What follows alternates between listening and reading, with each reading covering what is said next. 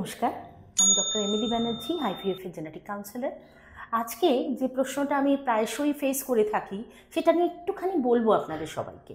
আমার যেটা মনে হয় সেটা হচ্ছে যে প্রিনেটাল টেস্টিংয়ে, আমরা ক্রোমোজোমাল টেস্টিংয়ে তো এখন মোটামুটি সবাই বুঝে গেছি যে এটা সবার জন্য যাওয়া খুব প্রয়োজনীয়। মেটার্নাল এজটা এখানে ফ্যাক্টর করে না। আগে আমরা প্রথম যখন ভাবা হতো যে যখনই আমরা মিসক্যারেজের একটা হিস্ট্রি পাচ্ছি, মেটার্নাল এজটা খুব হাই হচ্ছে, আইভিএফে যাওয়া হচ্ছে, তখনই শুধুমাত্র এই ক্রোমোজোমাল অ্যানিপ্লয়েডি টেস্টিংগুলো দরকার। কিন্তু অরিজিনাল ডাটা আমরা যত দেখছি ডেটা, তত আমরা সিদ্ধান্তে আসছি যে প্রায় প্রত্যেকটা প্রেগনেন্সিতেই আমাদের প্রিনেটাল এই ক্রোমোজোমাল অ্যানিপ্লয়েডি চেকিংগুলো যাওয়া দরকার। এখন এর মধ্যে দু রকমের চেকিং আছে।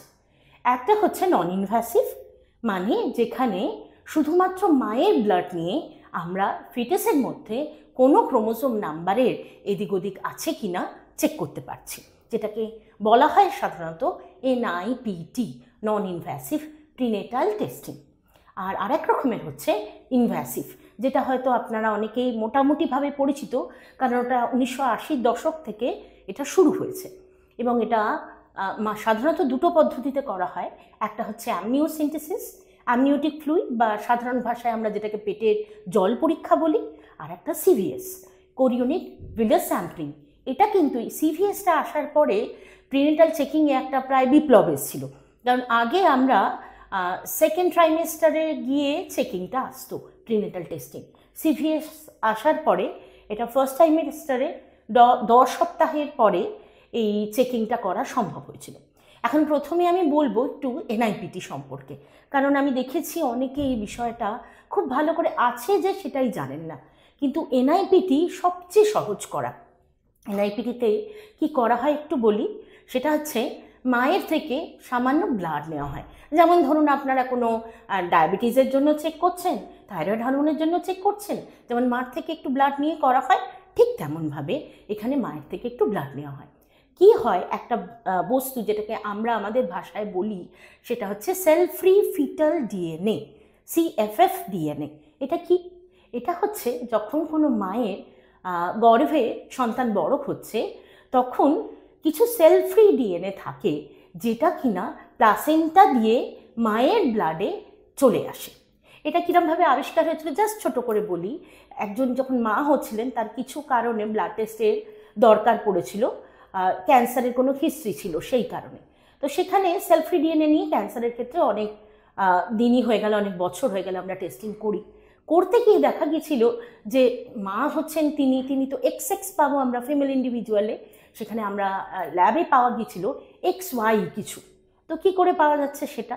তারপরে সায়েন্টিস্ট এবং ডক্টররা দেখেছিলেন যে তার গর্ভে যে সন্তানটি বড় হচ্ছে সেটি একটি ছেলে সন্তান। তখনই বোঝা গেছিল যে শুধুমাত্র ক্যান্সারের সেল থেকেই যে সেল ফ্রি DNA আমাদের ব্লাড স্ট্রিমে আসে তা নয়। ওয়েন উই আর প্রেগনেন্ট, যখন আমরা প্রেগনেন্ট, তখন সন্তানটির কিছু সেল ফ্রি DNA আমাদের ব্লাডে আসে। তো সেইটার পার্সেন্টেজ কিন্তু অনেক কম হয়। ম্যাক্সিমাম ধরুন আমরা এটা অ্যারাউন্ড 13% পাই, এই যেটা ফিটাল ফ্র্যাকশন বলি আমরা। তো মায়ের কীরমভাবে এরপরে আমরা করি, এরপরে সাধারণত multiple parallel shotgun sequencing, MPSS বলি আমরা। এইভাবে ধরুন ক্রোমোজোম 13, সেটার আমরা সেল ফ্রি DNA থেকে কতগুলো কপি পাচ্ছি, মায়ের কতগুলো কপি পাচ্ছি। যদি বাচ্চার মধ্যে 13টি 3টি কপি থাকে, 2টি করে কপি আমাদের থাকার কথা প্রত্যেকটি ক্রোমোজোমের। একটি আমরা ডিম থেকে পাচ্ছি, একটি স্পার্ম থেকে পাচ্ছি। এবার 3টে যখন পাচ্ছি, তখন আমরা সেটাকে কোয়ান্টিফাই করছি এবং করে বলছি যে বাচ্চার ক্ষেত্রে এই ক্রোমোজোমটা 2টো কপির বদলে 3টে আছে। সুতরাং আমরা এখানে কি ভালো করে বুঝতে পারছি, ক্রোমোজোমের নাম্বারে যদি কোনো অ্যানোম্যালিস থাকে সেটা, এটা সবচেয়ে ভালোভাবে ডিটেক্ট করতে পারে ডাউন সিনড্রোম, অর্থাৎ 21 নম্বর কপিটা 3টে। NIPT দিয়ে আমরা যেটা রিসার্চ রিপোর্টগুলো বলছে, অ্যারাউন্ড 99% অবধি সঠিকভাবে এটা 21 নম্বর ক্রোমোজোমটা বাচ্চার মধ্যে 3টে গেছে কিনা, যার কারণে ডাউন সিনড্রোম হয়, সেটা পারফেক্টলি বলতে পারে। একইভাবে 13 নম্বরটা 3টে আছে কিনা, 18 নম্বরটা 3টে আছে কিনা, এই প্রেডিকশনগুলো পারফেক্টলি করতে পারে NIPT। কিন্তু এখানে কয়েকটা সমস্যা। একটা কি, সেটা হচ্ছে যে NIPT দিয়ে কিন্তু ডায়াগনস্টিক টেস্ট এটাকে এখনও বলা হয় না। সুতরাং এখনো পর্যন্ত এটা একটা স্ক্রিনিং। তো স্ক্রিনিং দিয়ে আপনার যদি কোনো সিদ্ধান্ত নেবার থাকে যে আপনি প্রেগন্যান্সি কন্টিনিউ করবেন কি করবেন না, সেটা কিন্তু আপনি নিতে পারবেন না। সেক্ষেত্রে আপনাকে সোজাসুজি ডায়াগনস্টিক টেস্টিং অর্থাৎ অ্যামনিওসেন্টেসিসে যেতে হবে। আবার কি সমস্যা, এই যে সেলফি ফিটাল ডিএনএ, এটা আমরা পাই হচ্ছে সাইটোট্রোফোব্লাস্ট লেয়ার, যেটা আমাদের প্লাসেন্টা। সো এখানে প্লাসেন্টাল মোজেইসিজমের একটা ব্যাপার থাকে। হয়তো আমরা যেটা পেয়েছি সেটা প্লাসেন্টাল মোজেইসিজমের কারণে, অর্থাৎ এটা ফলস পজিটিভ বা ফলস নেগেটিভ হবার একটা চান্স এখানে থাকে। এই কারণেই এটাকে ডায়াগনস্টিক টেস্টিং এখনো বলা হয় না। ওয়্যারাস আমরা যদি ইনভ্যাসিভে গিয়ে যদি আমরা ডিটারমাইন করি যে ক্রোমোজোম নাম্বারে কোনো অল্টারেশন আছে, অ্যানিউপ্লয়েডি আছে, সেটা কিন্তু ডায়াগনস্টিক, এবং সেটার বেসিসে আমরা যা সিদ্ধান্ত নেবার সেটা নিতে পারবো। আর এর সুবিধা হচ্ছে কি, সেটা হচ্ছে যে সামান্য মায়ের থেকে ব্লাড নিয়ে এটা করা যেতে পারে। এটা 10 সপ্তাহ থেকে 28 সপ্তাহ অবধি প্রেগনেন্সি এই টেস্টে আমরা যেতে পারি। কিন্তু সমস্যাটা হচ্ছে এই টেস্টে যদিও একটা টাইপ এখন খুব ভালোভাবেই পৃথিবীর বিভিন্ন দেশে তৈরি করা ন্যাসেন্ট স্টেজে রয়েছে, কিছু কিছু জায়গায় এসছে ডায়াগনোসিসে সিঙ্গল জিন ডিসঅর্ডারগুলো, প্রায় 21টা মতো সিঙ্গল জিন ডিসঅর্ডার। যেমন আমাদের পপুলেশনে খুব হাই হচ্ছে থ্যালাসেমিয়া, যেটা হচ্ছে হিমোগ্লোবিন বিটা থ্যালাসেমিয়া যেটা আমরা পাই, সেটার ক্ষেত্রে মাস্কুলার ডিস্ট্রফির ক্ষেত্রে, তারপরে সিএফটিআর জিনে যেটা হচ্ছে সিস্টিক ফাইব্রোসিসের ক্ষেত্রে, এই সিঙ্গল জিন ডিসঅর্ডারগুলোকেও এনআইপিটি দিয়ে স্ক্রিন করার কথা, যেটাকে এনআইপিটি এসজিডি বলা হচ্ছে, এনআইপিটি সিঙ্গল জিন ডিসঅর্ডার। চেষ্টা করা হচ্ছে, অনেক জায়গায় ডায়াগনোসিসে এসছে, কিন্তু আমার নলেজ যতটা তাতে এখনো পর্যন্ত আমাদের দেশে এটা প্র্যাকটিক্যাল অ্যাপ্লিকেশন এটা আসেনি। সুতরাং আপনি যদি সিঙ্গল জিন বেসড কোনো ডিসঅর্ডারের জন্য চান, সেখানে কিন্তু আমরা এনআইপিটি দিয়ে স্ক্রিন করতে বা ডিটারমাইন করতে কোনোটাই সক্ষম নই। আবার এনআইপিটি প্লাস একটা হয়েছে, যেটা দিয়ে মাইক্রো ডিলিশন ডুপ্লিকেশন, যেমন ডাইজর্জ সিনড্রোম, তারপরে হচ্ছে 1p36-এর যে ডিলিশন থাকে, ক্রাইডুচ্যাট, এগুলো কিন্তু আমরা প্রেডিক্ট করতে, স্ক্রিন করতে সক্ষম হয়েছি এনআইপিটি প্লাস দিয়ে। সেখানে টেকনিকটা একটু আলাদা হয়েছে, কিন্তু সিএনভি ডিটেকশন আমরা করতে পারছি আপ টু সার্টেন সাইজ।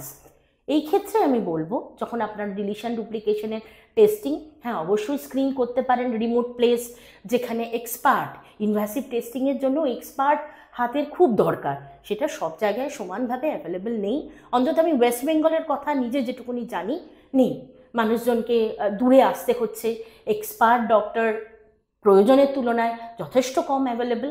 সেখানে আপনি একটা স্ক্রিনের জন্য এনআইপিটি ব্যবহার করতে পারেন অবশ্যই, কিন্তু ডায়াগনস্টিকের জন্য, ডিটারমিনেশনের জন্য you need to come to invasive one, that is amniocentesis or CVS.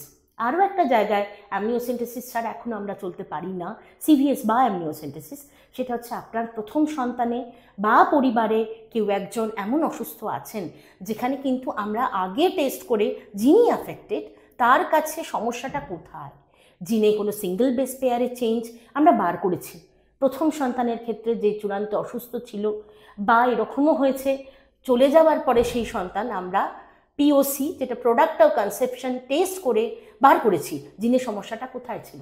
এবার সেই একই সমস্যা অনেকেই আমাকে এরমভাবে প্রশ্ন করেন, এটা জানা যায়? আমরা তো নর্মালি কনসিভ করেছি, এখানে কি জানাটা সম্ভব যে এই সন্তানটিও এফেক্টেড হবে কিনা? একেবারে সম্ভব, একদম প্রায় 99% ওপরেও জানা সম্ভব।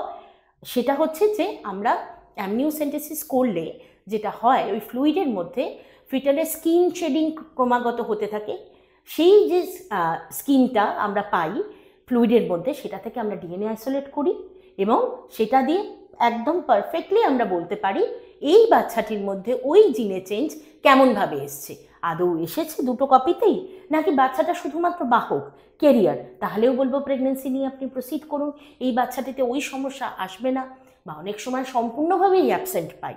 গতকাল আইএফএমে একটি আমারই পেশেন্ট এসেছিলেন, ওনাদের মধ্যে করে প্রথম সন্তানকে ওনারা হারিয়েছেন যে জেনেটিক অসুবিধার জন্য, এই সন্তানটিকে নিয়েছেন খুবই কম গ্যাপে, 1 বছরের মধ্যে, কিন্তু খুব আনন্দের সাথে আমি ওনাদেরকে বলতে পারলাম যে এর কাছে কোনো সেই ভ্যারিয়েশনগুলো জিনে কিচ্ছু আসেনি, ওনারা অ্যামনিওসেন্টেসিস করিয়েছিলেন। তাহলে আপনি নিশ্চিন্তে প্রেগনেন্সিকে নিয়ে আগে যাবেন। কিন্তু সবসময় একটা কথা বলবো, যদি হাই রিস্ক প্রেডিকশন হয় অ্যানিউপ্লয়েডি চেকিংয়ে, এটা কম্বাইন স্ক্রিনিংয়ে হতে পারে, সব সময় কিন্তু সেটাকে ইউএসজি ফাইন্ডিংয়ের সঙ্গে কোরিলেট করে ডাক্তারবাবুরা দেখবেন।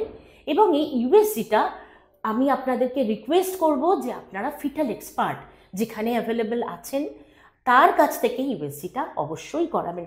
ধরুন এনআইপিটিতে একটা রিস্ক বলেছে, স্ক্রিনিংয়ে বলেছে যে এটা আসতে পারে, তারপরে গাইডলাইন অনুসারে যেটা বলছে, এসিএমজি গাইডলাইন যেটা বলছে সেটা হচ্ছে যে তারপরে আপনারা কাউন্সেলিংয়ে যান, জেনেটিক কাউন্সেলিংয়ে পরিপূর্ণভাবে বুঝুন যে এই রিস্কটা কতটা আসতে পারে, কিভাবে আপনি সিদ্ধান্ত নিতে পারেন, এবং at the same time fetal এক্সপার্টের থেকে ইউএসজি স্ক্যানিংয়ের মাধ্যমে যে ডায়াগনোসিসটা সেটার প্রতি স্যাঙ্গুইন হন।